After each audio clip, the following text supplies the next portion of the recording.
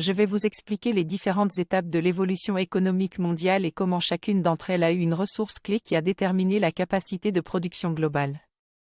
Aujourd'hui, cette ressource rare est l'entrepreneuriat. Malgré les risques que représentent la mondialisation et l'automatisation pour l'emploi dans notre société, il est temps de changer d'attitude vis-à-vis de l'entrepreneuriat et de la prise de risque.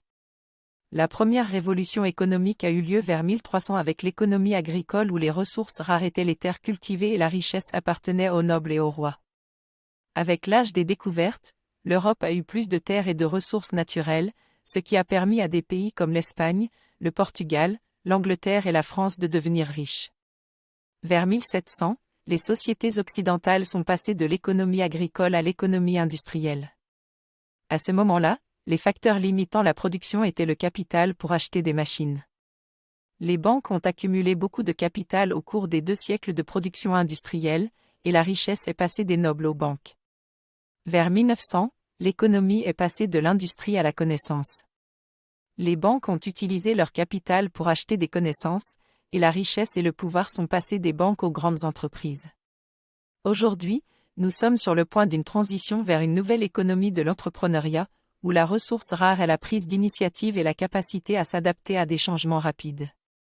Les pouvoirs et la richesse sont en train de passer des grandes entreprises aux entrepreneurs qui peuvent prendre des initiatives. Les activités humaines peuvent être classées selon leur modèle comportant 4 catégories, les activités simplistes, les activités compliquées, les activités complexes et les activités chaotiques.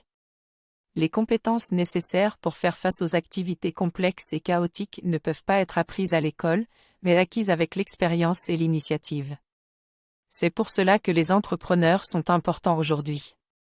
L'auteur explique que la fin de l'emploi ne se limite pas seulement à la délocalisation de la production vers des pays à bas coût et la mise en place de robots, mais cela a également permis de réduire considérablement les coûts de production et d'accès au marché.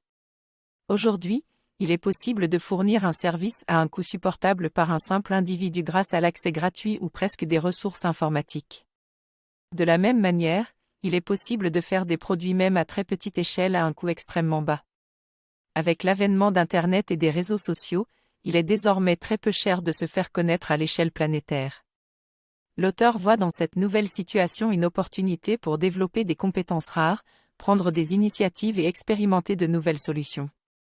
Il estime que la valeur se trouve désormais dans l'innovation et la prise d'initiative, et que cela ouvre la voie à la création d'entreprises.